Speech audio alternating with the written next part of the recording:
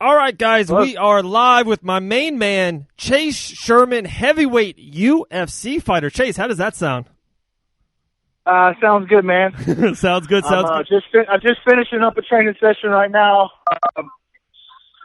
So you gotta forgive me if I'm a little scatterbrained, man. It's been freaking crazy the last couple of days. Insane. That is awesome. Let's start right there. I would love for you to kind of pull back the curtain a little bit.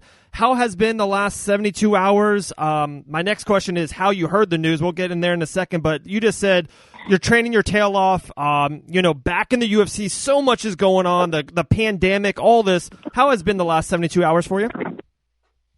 Man, I haven't really had time to even let it kind of resonate, you know what I mean? So even really for it to set in, Dean Tool called me, my manager, I didn't believe it at first, and then there was a short moment of excitement, and then it was like, oh, fuck. I got to leave to go fight in like 6 days. Right. You know what I'm saying? Like, what the hell?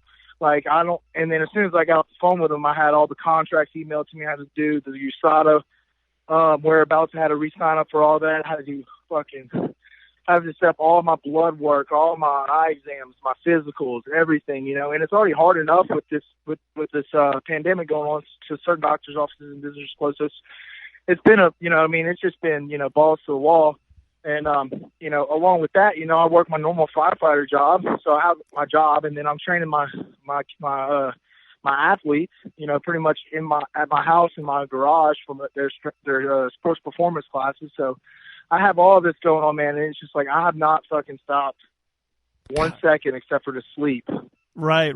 Since I got that phone call. And also, it's been balls to the wall. That's incredible, brother. And I don't know if you remember last time we talked too. It was right before one of your bare knuckle FC fights, and I remember vividly. You were in the truck and you just picked up you just picked up your boy from school. And we were just kind of talking about that, with me and my boys, and it's just like, for one, yeah, that doesn't stop. Being a father, the family, all that thing doesn't stop at all either. So it's just so much going on. But when you heard the news from Dean Tool, it's been 2.5 years since, leaving the UFC. Was that your ultimate goal? Was that it? Was it just nothing else? Or was it hey, I will, hey, there's other organizations, there's other things. I just want to provide for my family. Or was it 100% the goal to get back into that UFC?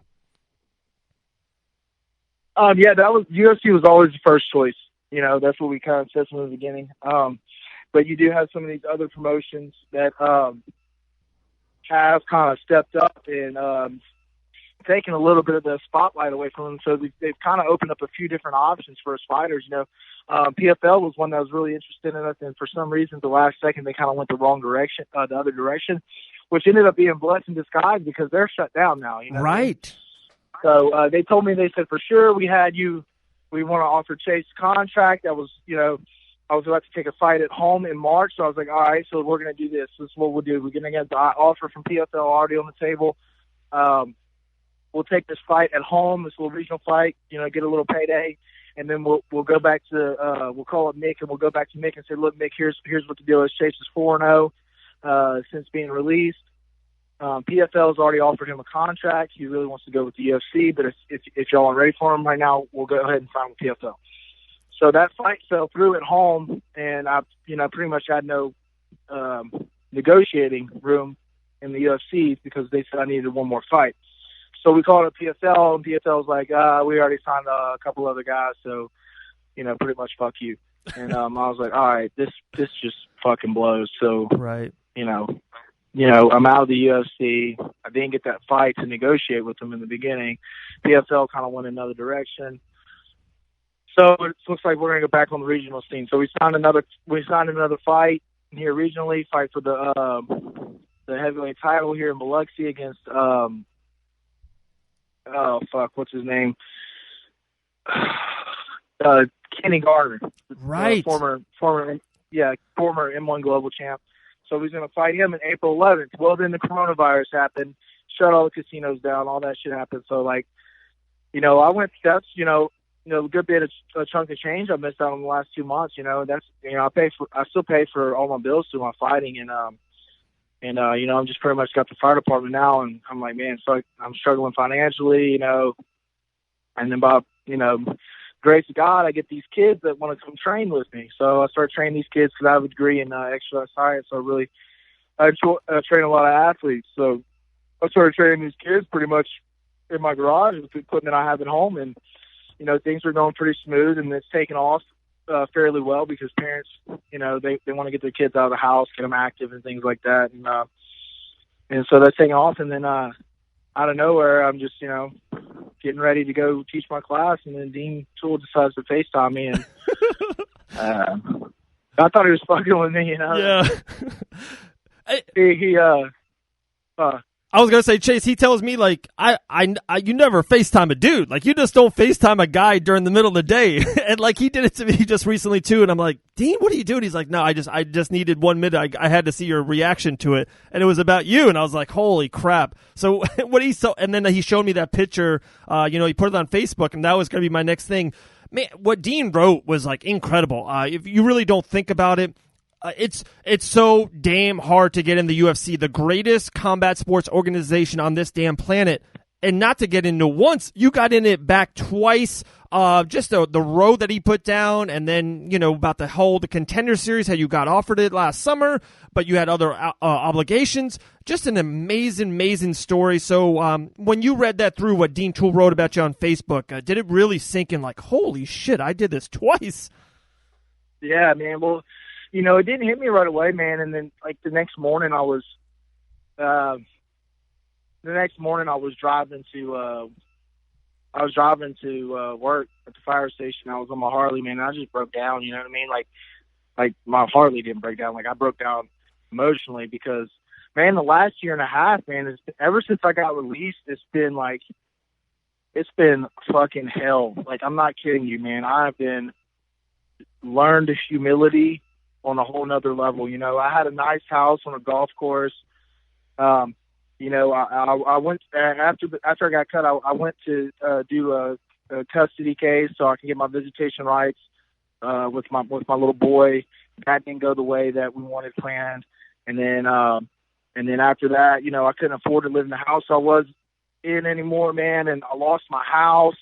And then there was a freak accident. Right before my first bare knuckle fight, I almost lost my life. Ended up in the hospital in a fucking coma, and then had to move. I pretty much live in the damn, not the best areas in South Gulfport right now. By myself in a little 2-bedroom house, and I got blessed enough to get in with the fire department, and it's just been a struggle, man. And right, for all that happened and just come out of nowhere, it was just real emotional for me, Oh, absolutely. So I definitely don't want to go back to that. And, learned a lot of lessons from the first time that I was in the UFC, on how to manage my career properly and not take these short notice fights and not be a company man, but to look out what's best for me here. And just I'm just more mature on that aspect of it, especially on a financial aspect of it. You know what I mean? Yes, sir. Learn, when you get, an $80,000 check sitting in your bank account, not to just, go blow the shit knowing you're going to get more. But, so, just this is a different person, different fighter, man. And I'm just blessed, man. I really was not expecting it. And, it was crazy. It was crazy. Unbelievable, my man. I know you're super busy. It's literally fight week for you. It's fight week for UFC 249. I got two last things for you. One, you really talked about that year and a half, and I really want to hit on 3 events, of course. Island fights, all on UFC Fight Pass, 51, 52, 56. I was literally live at all 3. The main event of 56 versus Rashawn Jackson, just a monster win for you. What did it mean to be on that UFC Fight Pass platform, to be under that Island Fights banner? It just seemed like it really it's kind of where you needed to be in that year and a half, and now, boom, you're back in the UFC. So what did that do for you personally and your career? Yeah, man, it was just, I just had to trust Dean, and listen to what he was saying, man. And, like I said, just humble myself and go back down to that regional level and stay busy and stay competitive. And because at first I was like, you know what, I don't want to do this anymore. Like, I'm just like, I don't want to have to go back down there and and fight on that level again. Not that there's nothing wrong with it, but you know what I'm saying. I felt like I was taking a step backwards. But the biggest thing was I didn't want people around town to know that that essentially got fired and got cut from the UFC. You know what I mean? Like it was just embarrassing to me. It was already embarrassing enough to know that I lost. But now that everybody's gonna know, because I live in a small town, everybody's gonna know that I got cut, and it just dealing with all that was just at that time was really just frustrating. But I kind of sucked up my pride and did what I had to do for my career, and trusted the process, and then now here we are. Yes, sir. Yes, sir. May 13th, UFC Fight Night, Jacksonville, Florida. The whole world and combat sports world will be watching this whole week. We got UFC 249, your show, then the show on the 16th. I would love for you, that'd be your last question, my man. Put a bow on what you think this week means to so many fighters, means to the MMA community. You're taking the fight very short notice. So is Ike Villanueva, your opponent, who is kind of light heavyweight, moving up to heavyweight. Just so much. Another heavyweight fight, UFC 249, Francis and Rosenstruck. So much is going on. Just put a bow on this whole week that the UFC is putting on in Jacksonville, Florida. It's just crazy, man. Not just for MMA or the UFC or anything. It's just crazy. It's huge for sports in general, man. Sports are important to us, you know what I mean? Like to everybody. And it kind of gives people a little bit of hope back to normalcy, you know what I mean? Back to their normal lives, that, hey, we're getting our sports back. We have something else to watch on TV besides fucking 1998 World Bowling Championships and spelling bees. You know what I mean? Right. So, it's just a little bit of a glimmer of hope. That things are on the right path back to where they were, and it's a huge step for everything. So for us fighters, we have the responsibility to go out there and give these people what they want. You know what I mean? It's something to look forward to. I know if I wasn't in the UFC, this is what I'd be doing all week, is just watching that. You know what I mean? Oh yeah. So we got three big cards, man, and I'm just blessed to be a part of it. That's part of history. I get to be on one of the cards after one of the, after I was one of the first ones to do a sporting event right after a global pandemic, and I'll go down in history. So, I guess you think about it like that, it's kind of crazy. Absolutely, man. Incredible story, Chase. Definitely follow my main man on Instagram, Chase_Sherman_UFC. My man, you got to go on your bio. It says former UFC heavyweight. You got to take off that damn former out. UFC heavyweight, Chase Sherman. Yeah, I know. Well, everybody kept talking shit. I was like, why do you still have UFC under your thing on your Instagram? And I kept trying to change it, but I don't really know how. And every time I would go to do it, I don't know if it was a verified account underneath that name, and it would fuck everything up. I don't know. Right. I'm not very technologically savvy, so I just put former under there just so people would stop talking shit, even though they still talk shit. But right. But I'm back, motherfucker, so fuck you. There we go. We're going to end it on that. Chase Sherman back in the UFC Wednesday night, May 13th. My man, continue success. We'll talk real soon, all right? All right, later. All right, brother. He is back, mother. Oh, God, I love that. Chase Sherman back in the UFC. What a week we have for us. We will be so busy here on the Fight Bananas podcast. We got so much content going along. But this podcast right here was sponsored by N Still Nutrition. Check them out, guys, at nstillnutrition.com. Make sure you get your supplements. Incredible stuff. I take the Joint to Issue every single day. This podcast was sponsored by N Still Nutrition. Thank you so much, Chase. He's hella busy. Talked to him a couple times. I definitely wanted to get this interview, guys, for you. UFC 249. That's happening tomorrow. Chase's fight Wednesday the 16th. UFC Fight Night in Jacksonville, Florida. Chase Sherman back in the octagon.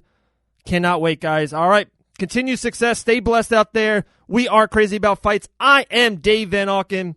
Hey, let's go bananas.